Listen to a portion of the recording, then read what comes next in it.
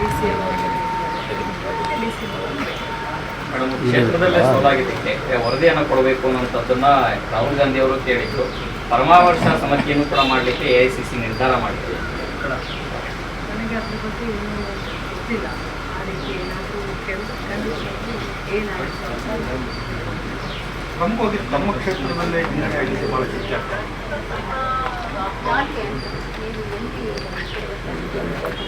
ನಾವು ಕೂತ್ಕೊಂಡು ಅದ್ರ ಬಗ್ಗೆ ನಾವು ಕೂಡ ನಮ್ಮ ಕಾರ್ಯಕರ್ತರು ನಾವು ಕೂಡ ನಾವು ವಿಚಾರ ಏನಾಗಿತ್ತು ಅಂದರೆ ನಮ್ಗೆ ಯಾವತ್ತಿಗೂ ಕೂಡ ಟ್ರ್ಯಾಂಗ್ಯುಲರ್ ಫೈಟ್ ನಮ್ಮ ಕ್ಷೇತ್ರದಲ್ಲಿ.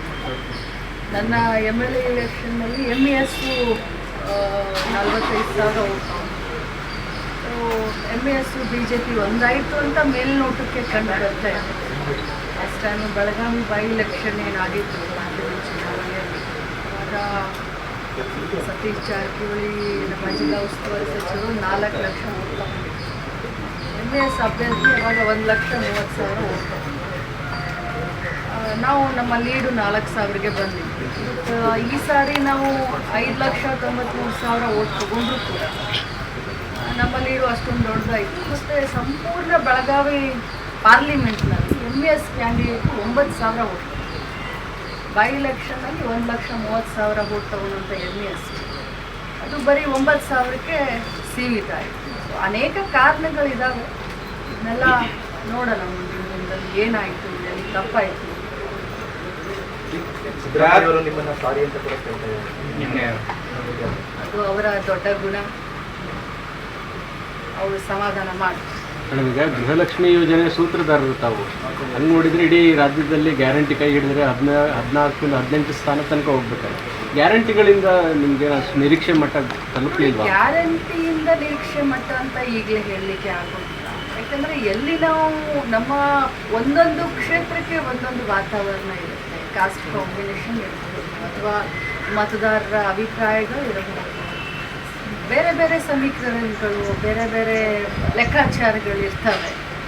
ಸೊ ಇದನ್ನೆಲ್ಲ ಸಮೀಕ್ಷೆ ಮಾಡಿ ನಾವು ಮಾತನಾಡಬೇಕಾಗುತ್ತೆ. ಗ್ಯಾರಂಟಿಯಿಂದ ನಮಗೆ ಲಾಭ ಆಯಿತು ಅಥವಾ ನಷ್ಟ ಆಯಿತು ಅನ್ನೋದಕ್ಕಿಂತ ರಾಜ್ಯದ ಮಹಾಜನತೆಗೆ ನಾವು ಸ್ವಾರ್ಥವನ್ನು ಬಿಟ್ಟು ಏನು ನಾವು ಅವ್ರಿಗೆ ನಮ್ಮ ವಿಧಾನಸಭಾ ಚುನಾವಣೆ ಪೂರ್ವದಲ್ಲಿ ಅವ್ರಿಗೇನು ನಾವು ಗ್ಯಾರಂಟಿಗಳನ್ನು ಕೊಟ್ಟಿದ್ವಿ ಅದನ್ನು ನಾವು ಅನುಷ್ಠಾನ ಮಾಡ್ತಿದ್ವಿ. ಬಟ್ ಅದರಿಂದ ಲೋಕಸಭೆಗೆ ಎಷ್ಟು ಲಾಭ ಆಯಿತು ಅಥವಾ ನಷ್ಟ ಆಯಿತು ಅನ್ನೋದನ್ನು ಈಗ ಕೂತ್ಕೊಂಡು ನಾವು ಅದನ್ನು ಲೆಕ್ಕಾಚಾರ. ಫಲಿತಾಂಶ ಬಂದ ನಂತರದಲ್ಲಿ ಕೆಲವರು ನಿಮ್ಮದೇ ಪಕ್ಷದ ನಾಯಕರು ಗ್ಯಾರಂಟಿಗಳನ್ನು ಇನ್ನೊಂದ್ಸಲ ಪುನರ್ ಪರಿಶೀಲನೆ ಮಾಡಬೇಕು, ನಿಲ್ಲಿಸಬೇಕು ಅನ್ನೋಂಥ ಒತ್ತಾಯಗಳನ್ನು ಹೇಳಿಕೆಗಳನ್ನು ಕೊಡ್ತಾ ಇದ್ದಾರೆ. ಆ ರೀತಿಯ ಚಿಂತನೆ ಏನಾದ್ರು? ಖಂಡಿತವಾಗೂ ಇಲ್ಲ. ಯಾಕಂತಂದರೆ ಗ್ಯಾರಂಟಿಗಳನ್ನು ನಾವು ಜನರ ಜೀವನದಲ್ಲಿ ಅನುಕೂಲ ಆಗಲಿಕ್ಕೆ, ಕೋವಿಡ್ ನಂತರ ಏನು ಇದು ಪ್ರೈಸ್ ಹಾಯ್ ಆಯಿತು ಅಂತ ಹೇಳಿ ನಾವೇನು ಎಲ್ಲ ಕಡೆ ಹೇಳಿದ್ವಿ. ಸೊ ಅದಕ್ಕೋಸ್ಕರ ಮಾಡಿದ್ವಿ. ಚುನಾವಣೆ ಫಲಿತಾಂಶ ಹೀಗಾಯಿತು ಅಂತ ನಾವು ಹಿಂದೆ ತಗೊಳ್ಳೋದು ಒಂದು ತಪ್ಪಾಗುತ್ತೆ. ಆ ರೀತಿ ಚಿಂತನೆ ಆಗಲಿ, ಆ ರೀತಿ ವಿಚಾರವಾಗಲಿ ಯಾರಿಗೂ ಮೇಡಮ್, ಪ್ರಮುಖವಾಗಿ ತಮ್ಮ ಕ್ಷೇತ್ರದಲ್ಲಿ ಸ್ಥಳೀಯ ಮಟ್ಟದ ನಾಯಕರು ಸಹಕಾರ ಕೊಡಲಿಲ್ಲ ನೋಡಿ. ಈಗ ಸೋತಾದ ಮೇಲೆ ಈ ರೀತಿ ಹೇಳೋದು ತಪ್ಪಾಗುತ್ತೆ.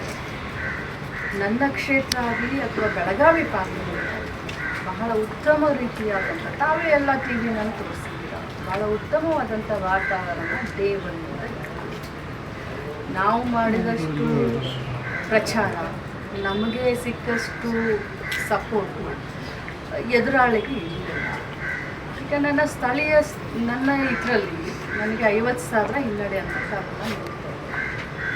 ಬೆಳಗಾವಿ ಪಾರ್ಲಿಮೆಂಟ್ನ ಇತಿಹಾಸದಲ್ಲಿ ಕಳೆದ 25 ವರ್ಷದ ಇತಿಹಾಸದಲ್ಲಿ ನಾನು 2018 52,000 ಲೀಡಿಂದ ಗೆದ್ದೆ.